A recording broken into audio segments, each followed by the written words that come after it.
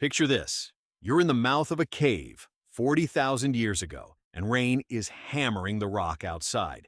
The fire your group has kept alive for as long as anyone can remember is now just wet black wood and a few dying orange points. A gust found the one gap where the smoke escapes. A downpour followed it in, and in under a minute, the thing that's kept you alive every night of your life is gone. You're not panicking yet. Someone always knows how to start it again. Except tonight she's not here. She left 3 days ago to trade with a group 2 valleys over. You've watched her do it 100 times. You've never actually done it yourself, and the temperature outside is already dropping toward freezing. So what do you actually do next? A hunter kneels at the dead hearth and pushes the wet wood apart with a stick. Nothing.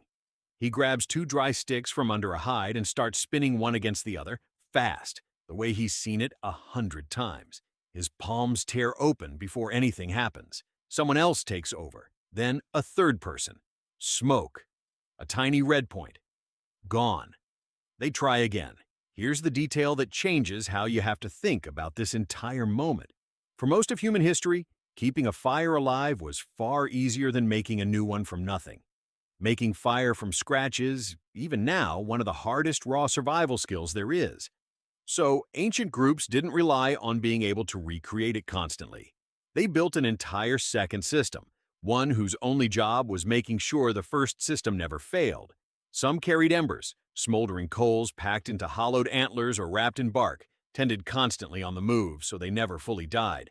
Some built quiet alliances around it, neighboring groups who barely interacted for anything else. Still, some archaeologists argue, kept an unspoken understanding. If your fire died, you walked to the nearest camp that still had flame, and they gave you some. Not out of charity, an investment. Someday the favor runs the other way. By the second night in that cave, the children are pressed together under every hide the group owns, and the dry tinder they'd been saving is almost gone. At first light, 2 hunters leave to search the forest, and they're looking at it differently than they did 3 days ago. Dead branches under fallen logs, bark peeling dry beneath an overhang, a patch of fungus on an old trunk, the kind that holds an ember longer than ordinary grass. Things they would have walked past without a glance now matter more than food. They come back with almost nothing. The rain soaked everything within reach, and what's left dry is barely enough for one more attempt. Now ask yourself, what happens to a group that runs out of both? No coals, no neighbor close enough to help? In 2011, archaeologists Will Robrooks and Paula Villa went looking for the answer in the fossil record itself. They studied dozens of European sites where Neanderthals and early humans had clearly lived for long stretches, and found something researchers hadn't expected. Long gaps, sometimes spanning thousands of years, where a site shows no evidence of fire at all. Not because people weren't living there, because it seems they simply weren't using fire during that window, even in cold climates where it should have mattered most. That finding split researchers into 2 camps, and the argument still isn't settled. One side thinks these gaps mean fire simply wasn't valued as consistently as we assume. Maybe raw food and layered clothing did the job well enough some of the time. The other side thinks something closer to what happened in that cave. The skill itself was fragile, tied to specific people, and once it broke, it didn't always come back quickly. Some sites show fire use, then centuries of nothing, then fire again, which is hard to explain unless the knowledge itself came and went with whoever still remembered how. Most researchers today think both explanations are probably true, depending on the group and the era. Nobody's claiming one clean answer. But there's one place where this stopped being theoretical. In the late 1700s, European sailors reached Tasmania, and an anthropologist studying the written records nearly 2 centuries later, Rhys Jones, noticed something strange buried in them.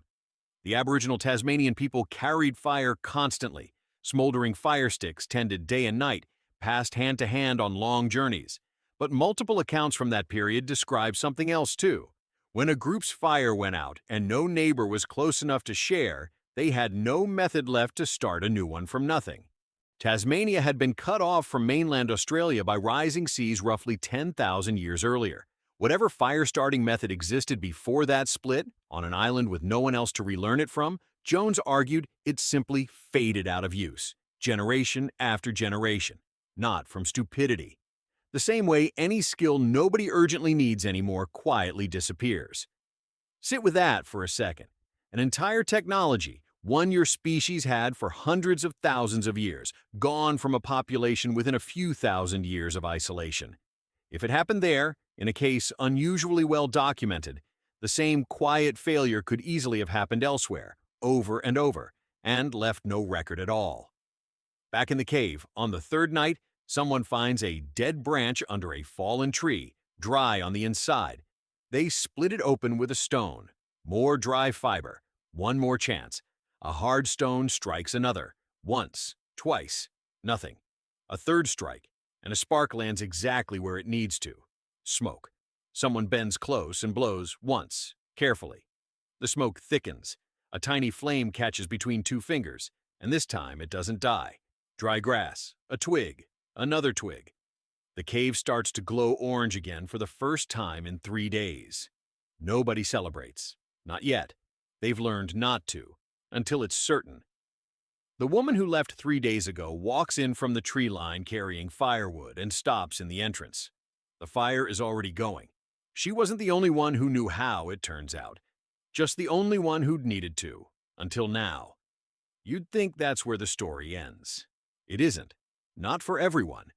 Not every group in that position got as lucky.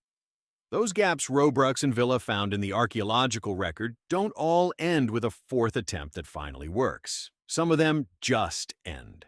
A hearth that goes cold and stays cold for centuries. Researchers still can't always tell from bone and ash alone which cold hearths mean a group simply packed up and moved on, and which mean the fire went out and never came back at all. That uncertainty isn't a gap in the evidence. It is the evidence. The silence itself is the record. Of every group, somewhere in that 10,000 generation stretch before matches and lighters existed, who lost the one thing standing between them and the dark and never got it back.